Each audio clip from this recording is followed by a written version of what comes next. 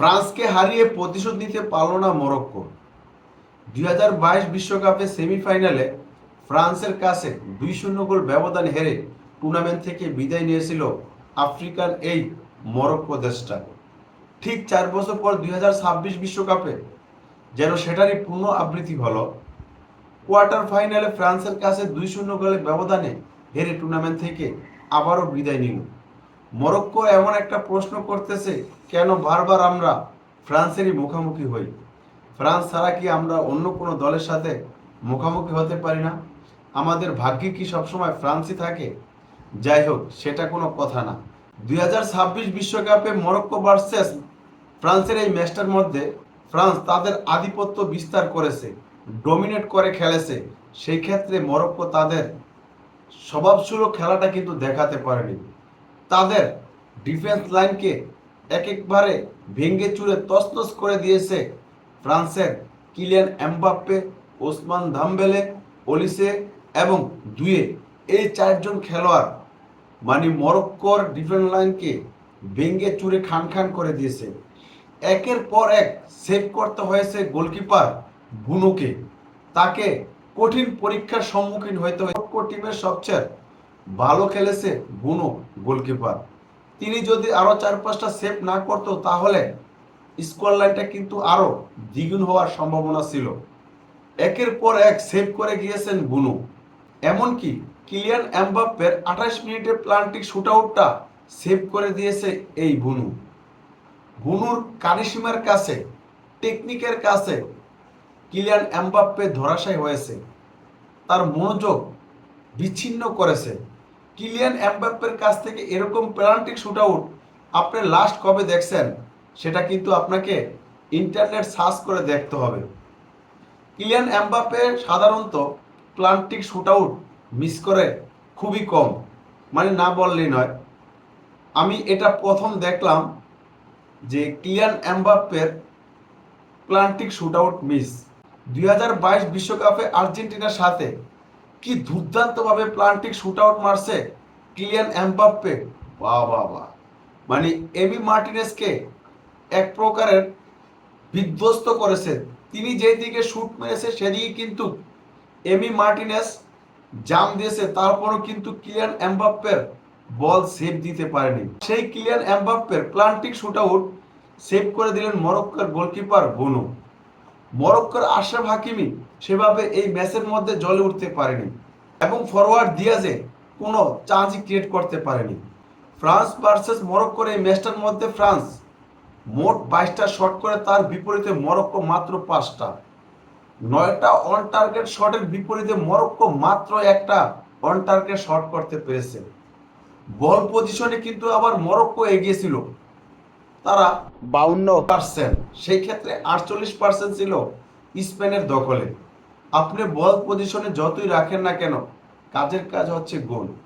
Morocco 498 pass খেলে, তার বিপরীতে 476 পাস খেলে ফ্রান্স। দুই দলই সমান 5টা করে কর্নার আদায় করে নেয়। ফ্রান্স ফাউল করে 10টা আর মরক্কো করে 12টা। একটা ইউরো কার্ড খায় মরক্কো।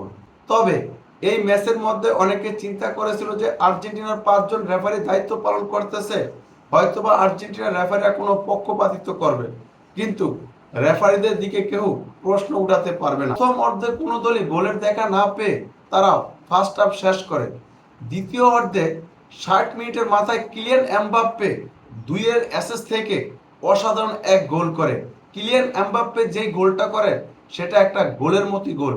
এরকম গোলই সচরাচর কিলিয়ান এমবাপ্পে করে থাকে। কিলিয়ান এমবাপ্পেকে নিয়ে নতুন করে বলার কিছু নেই। সে মাঠে নামবে, ম্যাচ খেলবে, গোল করবে, দলকে জিতাবে। এটা হচ্ছে কিলিয়ান এমবাপ্পের নেচার। আপনি যত কথাই বলেন না কেন, কিলিয়ান এমবাপ্পেকে নিয়ে সমালোচনা করার মতো আপনি কোনো একটা রাস্তা পাবেন। ওসমান দাম্বেলে 66 মিনিটের মাথায় গোল দ্বিগুণ করে কিলিয়ান এমবাপ্পের অ্যাসেস থেকে। কি দুর্দান্ত ভাই, বাম পায়ের কি জোরালো শট ওসমান দাম্বেলের। আমি আগেই বলেছি ফ্রান্সের এই দলটায় ওলিসে, ওসমান দাম্বেলে এবং কিলিয়ান এমবাপ্পের মতো যখন এই তিনজন ফরওয়ার্ড একসাথে মাঠে থাকবে, তাদেরকে আটকানো যে কোনো দলের ডিফেন্স লাইনের কিন্তু 12টা বেজে যাবে। আমরা ম্যাচের পর ম্যাচ দেখতেছি এই চারজনকে আটকাতে ব্যর্থ হয়েছে বিপরীত দলের ডিফেন্ডাররা। মরক্কো টিম ডিফেন্সে অনেক শক্তিশালী, কিন্তু ফ্রান্সের এই ফরওয়ার্ডদের কাছে তারা আত্মসমর্পণ করেছে। 9টা অন টার্গেট শট কি আপনি মামুলি ব্যাপার মনে করতেছেন? এবং 5টা কর্নার আদায় করে নেয়, তার মানে কতটা ডমিনেট করেছে ফ্রান্স সেটা কিন্তু বোঝাই যায়। তবে মরক্কোর কাছে যেটুকু প্রত্যাশা করা হয়েছিল সেই প্রত্যাশা অনুসারে কিন্তু তারা খেলতে পারেনি। মরক্কোর কাছ থেকে এই ধরনের খেলা কেউ আশা করেনি।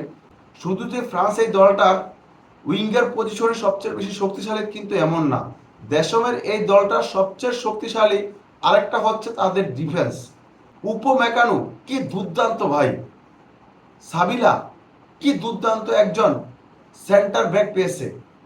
এরকম খেলার যদি থাকে তাহলে যে কোনো দলের উইঙ্গারদের কিন্তু গোল করার মানে অনেকটা কষ্টসাধ্য হয়ে যায়।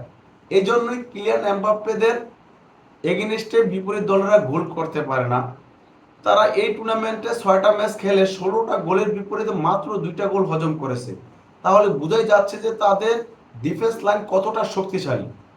ফ্রান্সের এই দলটা এই 2026 বিশ্বকাপের অন্যতম শিরোপার দাবিদার। আমি এর আগের অনেকটি এপিসোডে বলছি, অনেকবার বলছি ভাই, এই নিয়ে অনেকে আমাকে অনেক ধরনের কথা বলছে যে ভাই ফ্রান্সের এরকম কোন খেলোয়াড় আছে, বা শুধুমাত্র আপনি উইঙ্গারদের উপর ডিপেন্ড করে বলতেছেন যে 2026 বিশ্বকাপের তারা অন্যতম দাবিদার।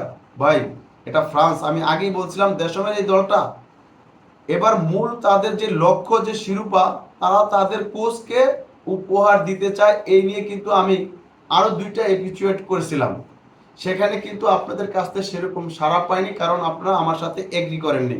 এখন যখন ম্যাচের পর ম্যাচ ফ্রান্স উইন করতেছে এবং ক্লিন শিট রাখতেছে তাদের ডিফেন্ডাররা, এখন কিন্তু আপনারা আস্তে আস্তে আমার কথার উপর এগ্রি করা শুরু করে দেবেন, এমনটা আমি মনে করতেছি।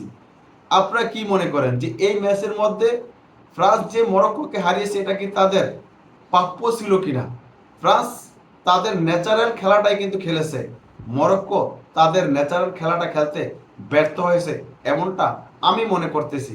আপনিও কি এমনটা মনে করেন?